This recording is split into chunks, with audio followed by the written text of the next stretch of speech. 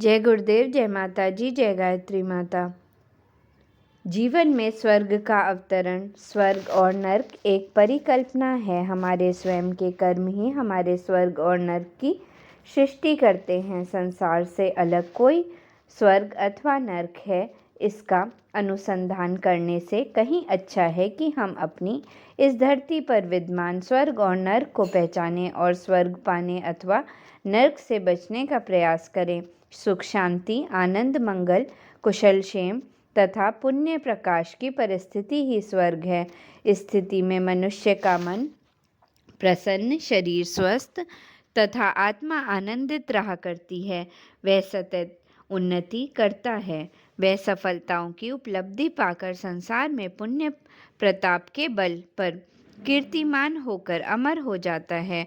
भौतिक शरीर में प्रसन्न परिस्थितियों के बीच निवास करना ही स्वर्गीय भोग है और अंत में यहाँ शरीर से निर्लिप्त होकर अमर तत्व पा लेना स्वर्ग का सुखद परिणाम है। मनुष्य एक जीवन है और जीवन का अर्थ स्वास्थ्य। स्वास्थ्य स्वर्ग का प्रथम और मूलभूत सोपान है। स्वास्थ्य शरीर, प्रसन्न मन और आनंदित आत्मा की त्रिवेणी ही सच्चा स्वर्ग है। शरीर हष्टपुष्ट एवं बलिष्ठ है तो मनुष्य धरती को चीरकर सुख का स्रोत निकाल सकता है। आवश्यकता अनुसार कठोर परिश्रम कर सकता है। क्लांति, अशांति, अनिद्रा अथवा अजीर्ण उसके निकट नहीं आ सकते। निराशा एवं चिंता की परिस्थिति उसे विचलित नहीं कर सकती। स्वास्थ्य श्रम से उद्दीप्त उसकी क्षुधा साधारण अन्न को पचाकर उसे परम तृप्ति प्रदान करने में सामर्थ्य रखती है। इससे उसे संतुष्टि होती है, संतोष मिलता है। जब लिप्सा एवं लोलुपता से रक्षा होगी, स्वस्थ शरीर ऋतुओं का आनंद, प्रकृति का सौंदर्य अनुभूत कराकर स्वर्गीय सुख ही प्रदान करेगा। जलवायु का परिवर्तन उस पर प्रतिकूल प्रभाव नहीं डाल पाता। स्वस्थ मनुष्य सदैव प्रसन्न एवं समुदित रहा करता है। व्यग्रता, विवशता उसके पास होकर नहीं गुजरते। मनुष्य की मूल निरोग अवस्था को ही स्वर्गीय स्थिति कहा जा सकता है। पुष्ट एवं बलिष्ठ व्यक्ति निर्द्वंद रहता है। उसको न तो किसी शत्रु से भय होता है, न किसी संघर्ष के प्रति चिंता रहती है। स्वस्थ मनुष्य का स्वभाव सहज रूप से मधुर एवं सौंदर्यपूर्ण रहता है। अक्रोध के कारण वह बहुधा अजात शत्रु ही रहता है।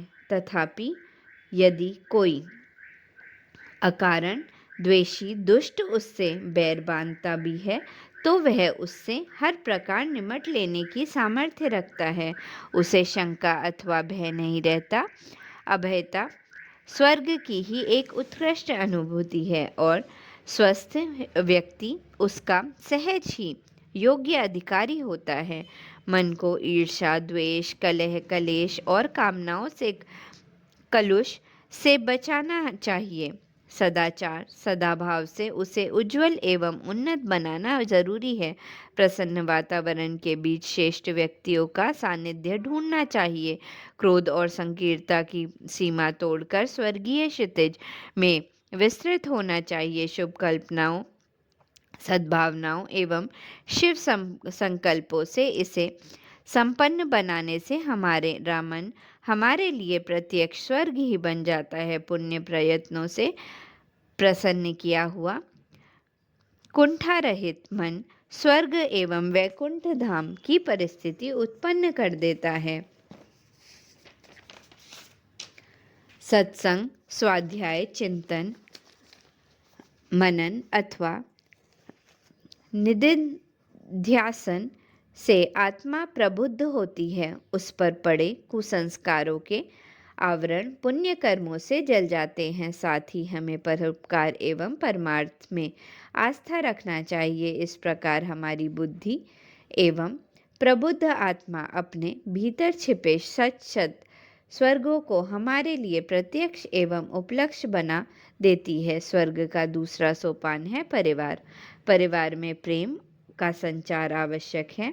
श्रम एवं सहनशीलता के बल पर कलह कलेश पास नहीं भटकते। अपने त्याग के उदाहरण से परिवार के सदस्यों में त्याग भावना जगाकर शिक्षा का प्रसार करना चाहिए। संतोष एवं मितव्ययिता का गुण सीखना और सिखाना चाहिए। हर छोटे बड़े के बीच सहमति एवं सम्मति रखनी चाहिए। पत्नी व्रत धर्म के साथ गृहस्थ का हर उचित कर्तव्य निभाना चाहिए। हर मूल आवश्यकता की पूर्ति करके प्रत्येक कृत्रिम आवश्यकता को दूर भगाना चाहिए। परिवार की सुख शांति के लिए अबाध श्रम करना और परिवार का पालन पवित्र कमाई से करना ही स्वर्ग है। झूठ, परपंच तथा छल कपट की कमाई से के अन्न से बच्चों के संस्कार नहीं बिगाड़ने चाहिए। इस प्रकार उत्पन्न किया हुआ पारिवारिक सुख पृथ्वी का स्वर्ग है। मनुष्य एक सामाजिक प्राणी है। वह यदि समाज की उपेक्षा करके अपना स्वर्ग अलग से बसाना चाहे तो यह उसके लिए कठिन भी होगा और अनुचित भी। हमारे पास सुख सुविधाएं हैं और हम यदि उनका केवल अपने परिवार के सदस्यों के लिए ही उपभोग करते रहते हैं, वह अपने पड़ोस के में बसे परिवार को पीड़ित होता देखते रहते हैं, तो हमारा वह स्वर्ग पतित हो जाएगा। यथा स्वाध्याय समाज के साथ ही मिल बांट कर उपभोग करने पर साधन एवं सुविधाएं मनुष्य को स्वर्गीय आनंद देती हैं। हमारा ध्येय है कि राष्ट्र भी हमारा परिवार है। हम सब एक राष्ट्र भी हैं। हमारा एक राष्ट्रीय अस्तित्व भी है।